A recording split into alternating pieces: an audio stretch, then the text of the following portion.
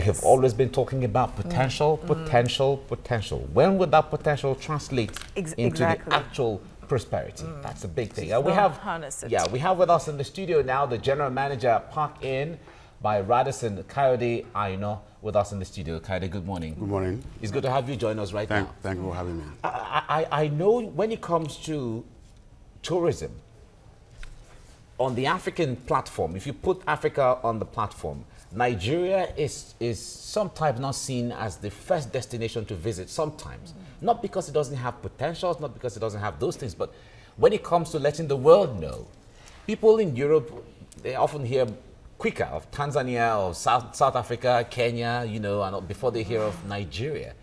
Now, but you are in the country, you've been to all of these things. What is really the issue within the tourism in Nigeria? Well, there are so many different issues. But the biggest one that I think that is really obvious is lack of awareness. And I said that, yes, most people are aware that, yes, we have all these tourist assets that you just mentioned. But then to translate that awareness to the buying decision is the biggest issue. Because we now say, well, because of we see the challenges more, the problems more than the opportunities that are there.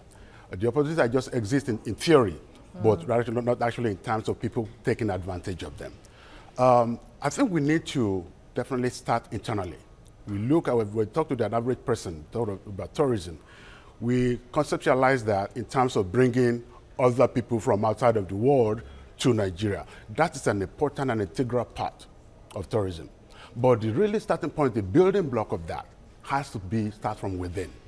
We have all of these assets, but then how much of it are we using ourselves? If you look at some of these the biggest tourist destinations in the world, we did the USA, Spain, even Kenya, some of the other countries, you see that domestically, at least definitely the US, which I'm very, very aware of, that was where I spent a big part of my life, domestic travel is as important as the international arrivals. And so that's where we need to start from here. And a lot of people are just not inclined to think in terms of, well, what can I do in my backyard? What are some of these, what advantage are we taking of all of these assets that we have, instead of just talking about them? And we have a situation where the consumers and the suppliers, the destinations and the people who are supposed to go there, they are not in sync, they are not talking. I work in a hospitality environment. One of the biggest questions, most frequent questions people ask us, what is it to do when I come to your town or come to your state, or from an international perspective, what is it to do in Nigeria when you're here? So the easiest way for us to do this, to really propagate the information, is, okay, let's consume this. If we're going to buy a bar of soap, it makes sense that you actually use that soap. You'll be more inclined to be able to sell me on that. All right, but then talking about promoting tourism internally, yes. First off, how easy will it even be when Nigeria doesn't have a state-of-the-art infrastructure, doesn't have infrastructure in place? The states are not connected via rail. Imagine Obudu Cattle Ranch, Calabar, that is promoting its tourist attraction every time. Imagine someone from Lagos planning on wanting to go there, and then once the person thinks about the hours he or she would spend on road to get to Calabar, in fact, let me just go to the bar beach, let me go to just a beach in Lagos. Okay. And so infrastructure somehow plays a big role in making a place attractive for tourism. So that is the chicken and egg question. So which comes first? Okay, how do you develop the infrastructure if you don't have the resources to do that? And then how do you get the resources? So we need to just start from the basics. Let's use what we have to get what we want. Okay? Today, there are travel agencies, tour operators in this country today who are putting people 50, 60, 70, maybe even 100 in buses to take them 5-6 hours away from their residence to go and take advantage of it. So to some extent, we have this already going on, but we just don't have enough of it. So it's a gradual process. One feeds the other. Let's start internally. Let's find a way. Yes, we need, infrastructure is critical. It's critical, okay? But we are here where we are today what can we do, or what have we done with what we have?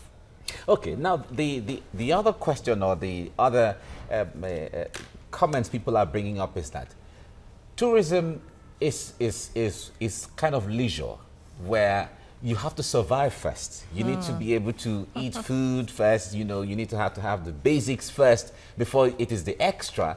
You're talking about going on holiday. You're talking about going on, you know, visitation. You're talking about. Putting in mind the civil servants of Nigeria earning 18,000 naira Exactly. monthly. Yeah, you understand. So, do you think that is even where to start from? Because a lot of people are concerned with the basics of surviving or survival first, even before you think about that extra of going to relax somewhere and all of that. I understand that. That's correct.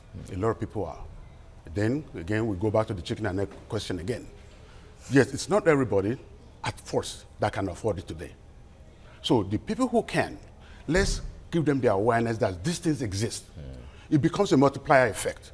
You go, and then you'll be amazed how resourceful people can be when they find out the places of interest to go. If you have to save towards it, people save money. People like have the Christmas fund, vacation fund that they save. Put money aside for a year, 6 months, even 2 years, you know, to just be able to take advantage of this. But the people who can afford it today, I'm saying we are not even capturing enough of them. Okay. Okay. Okay. Now let's look at the potential, the international potential, because that is where the real money comes in. Yes. When foreigners come to your country, you know, to stay on vacation, that's when the country could boast of a revenue generation on a high.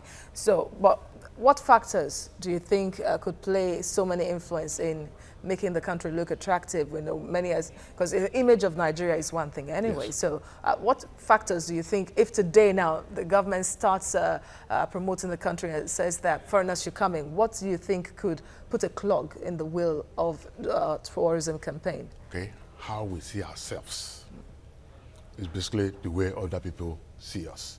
We are, I mean, and rightfully, you may say arguably so, we are our own biggest critics. So we have to also see the good side of Nigeria. There are myriad of issues, challenges, but there are also opportunities in this country. There are people who still survive. And like I just mentioned to you, okay, one of the things people talk about is security.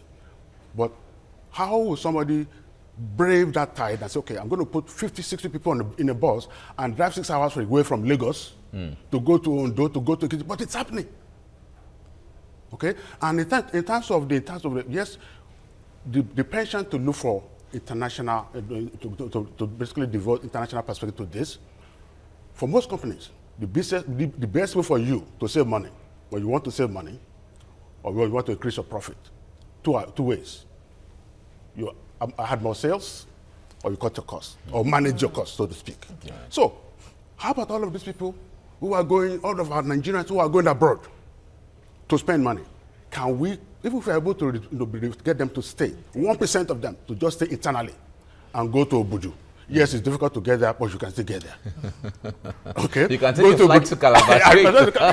Yeah, but so, you know, how many can afford a flight? Yeah, that's the issue. That's the question. Well, the same people, affordability. The same people who are going to Dubai, the same people who are going to Kenya, they're not walking, they're flying.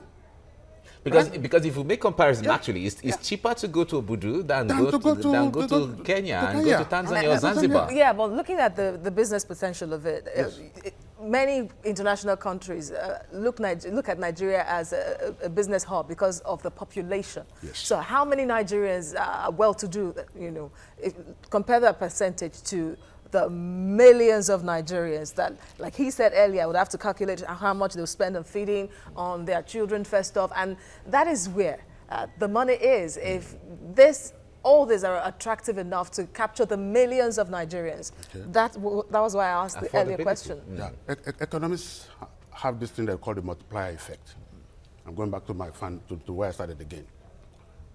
If we can capture just 1% of the people who go to the UK, Dubai, US, Spain, in 1 year, just have a focused attention. Okay, some of these people, what do we need to do to try to get them to stay home? But maybe instead of taking three trips to Dubai, can you just take one? If you have the opportunity for them to do that, then it feeds the other.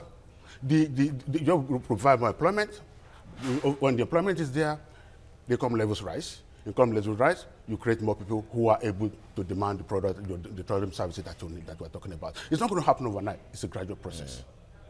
Oh, okay. Now, talk to us generally. We certainly, from where we are right now, like you said, we can't put all our hands into all of the because there are different dimensions in tourism. Yes. But where do we have comparative advantage as a country that we can start from? Ecotourism.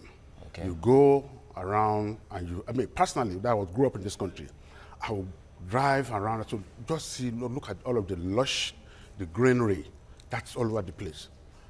You know how much Americans spend on camping a year? About 620 billion on camping. We know what camping is. You are not staying in a hotel.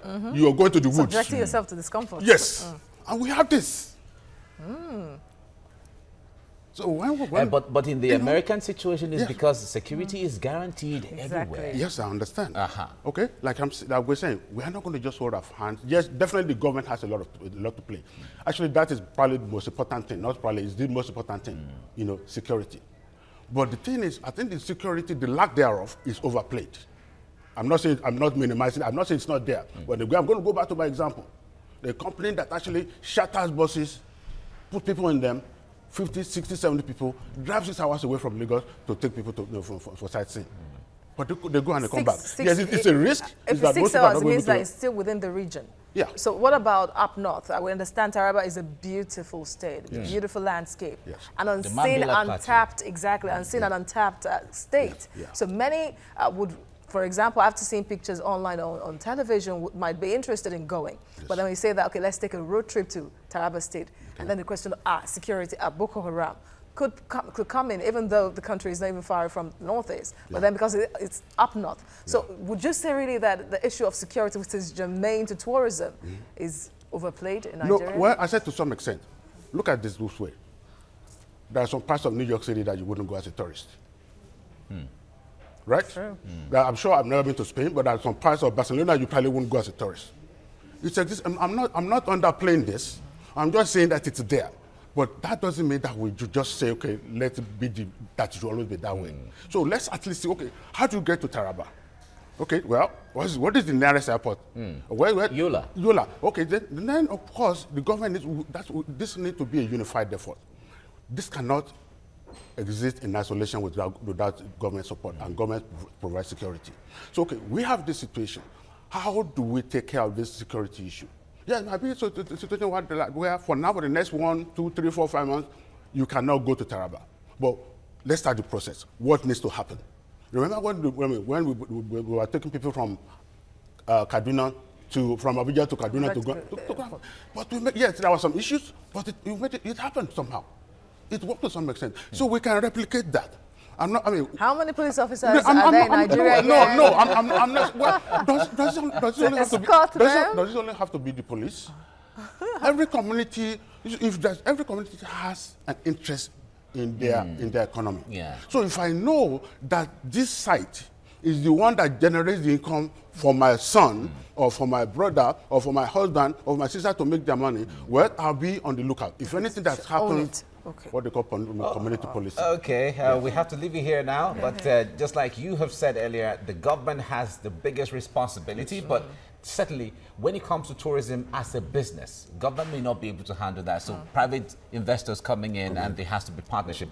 Thank you very much, Kayode Aina, General Manager, Park Inn by Radisson. Thank you so much for coming on the program. Thank you for having me. Right.